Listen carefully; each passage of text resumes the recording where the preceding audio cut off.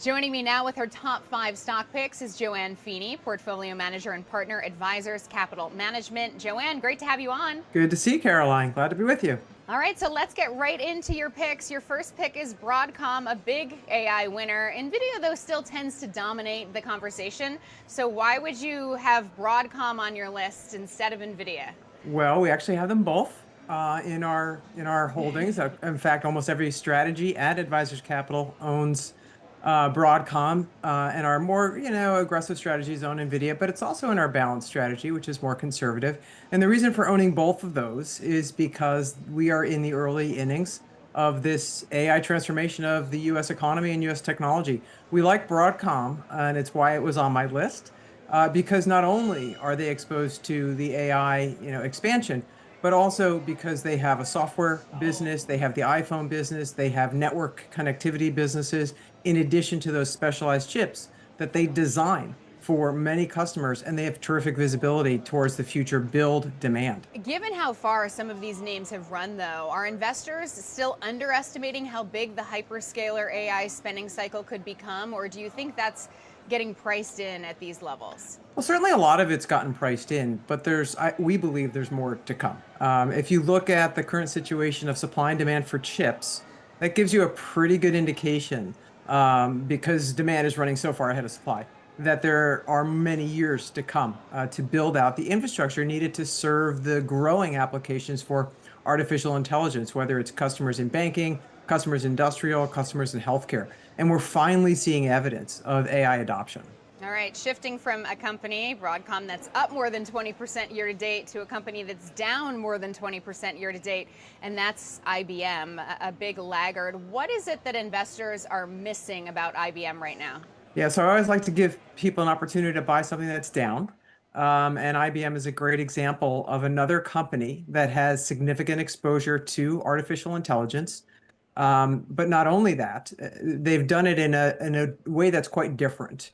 They have the software side, but they also have consulting, and they have hardware. They design and build servers for mission critical applications, something that you simply cannot have fail, like financial transactions, for example, and other highly sensitive market-based applications.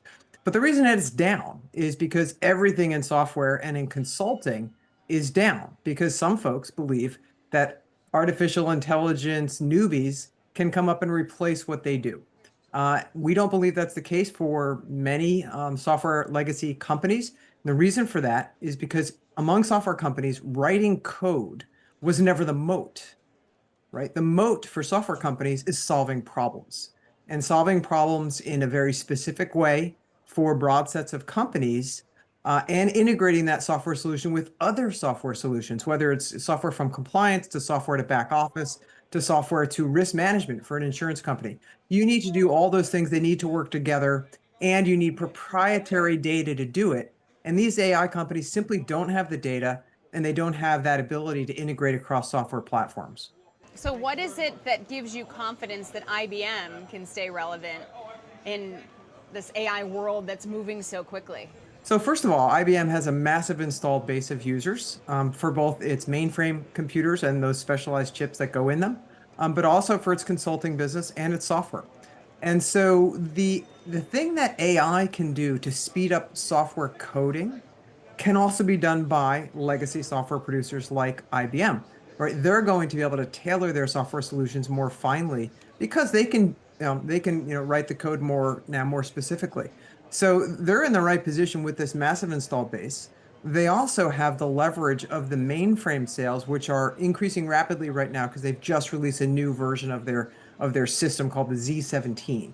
And for every mainframe that sells, IBM has a trail of consulting contracts and software contracts that follow it. And so we're seeing right now that surge in Z sales up, 51% year over year. And that then points to more software consulting and services business ahead. Okay, moving along on your list, next up is Palo Alto Networks, PANW. That stock a winner this year. We keep hearing about cybersecurity spending being non-negotiable. Is that actually still true in this environment? More so in this environment. And think about cybersecurity as like a utility, like the electricity. Firms absolutely need cybersecurity more so now. Think about it this way.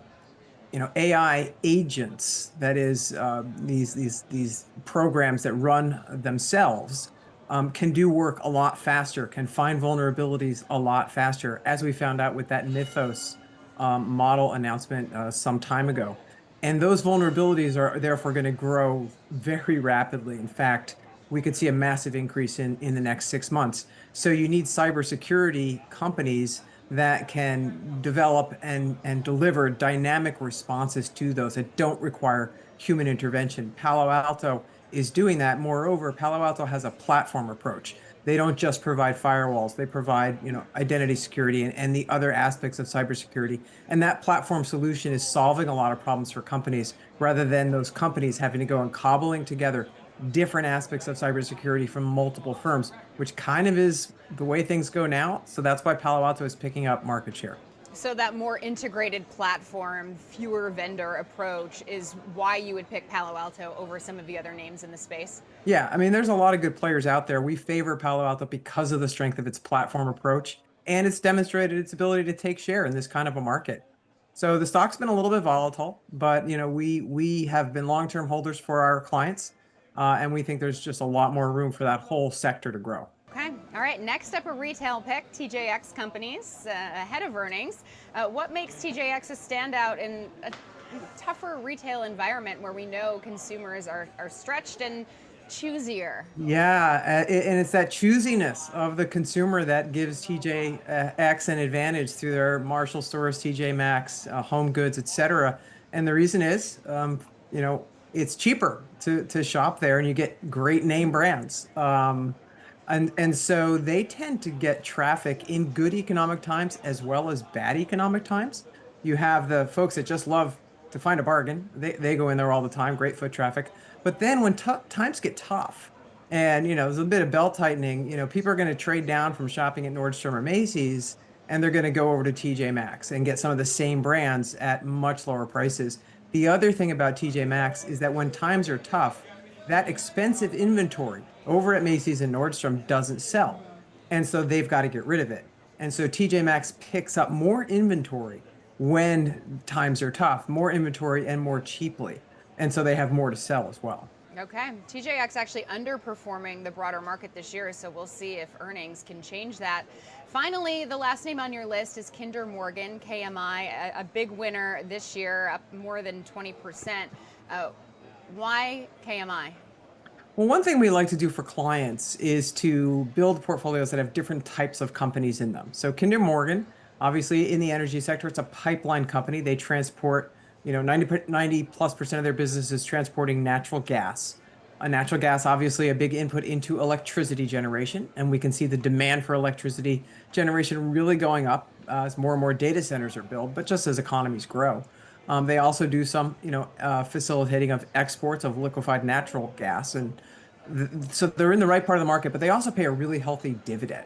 And so some folks, like to have that income in their portfolios as well to balance out situations where maybe stock prices go down. At least they know they're getting that dividend payment. But moreover, right now, that increase of flow through the pipes is basically a good revenue generator for Kinder Morgan because basically people are paying a toll to use their pipes. So it depends less on the price of oil or gas. It's all about the demand, and demand right now is very strong. All right, let's switch over to our rapid fire round. Are you ready for this, JoAnne? Quick questions, ready as very I'll quick ever answers. be. Yeah, let's go, Caroline. All right, here we go. Out of your top 5, if you could only own one stock for the next 5 years, which is it? Broadcom. If you had to drop one, which one would it be? Kinder Morgan. Which name on the list is the most defensive? TJ Maxx. Which stock has the least room for disappointment right now? Probably IBM. What's the most resilient name if the economy slows?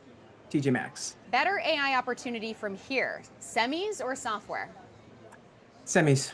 Which company on the list has the strongest long-term advantage over its competitors? Broadcom. Which stock benefits most if AI spending remains elevated into next year? Broadcom. One stock here you buy immediately on a pullback. Well, all of them, but I said Palo Alto, probably. IBM or Broadcom, which has more upside from here? That's a tough one, Caroline. Um, Probably Broadcom. And finally, what would be number 6 on your list? Number 6. Well, if you're a growth investor, I would say Advanced Micro Devices. All right. If you're a little bit more on the conservative side, maybe NVIDIA. Okay. AMD or NVIDIA. JoAnne Feeney, portfolio manager and partner, Advisors Capital Management. Thanks so much for playing along and for your top picks. Really appreciate it. You bet. Good to be with you, Caroline. If you liked these picks, check out our full interview with Glenn Smith, where he breaks down his top 5 picks to buy before the next market move.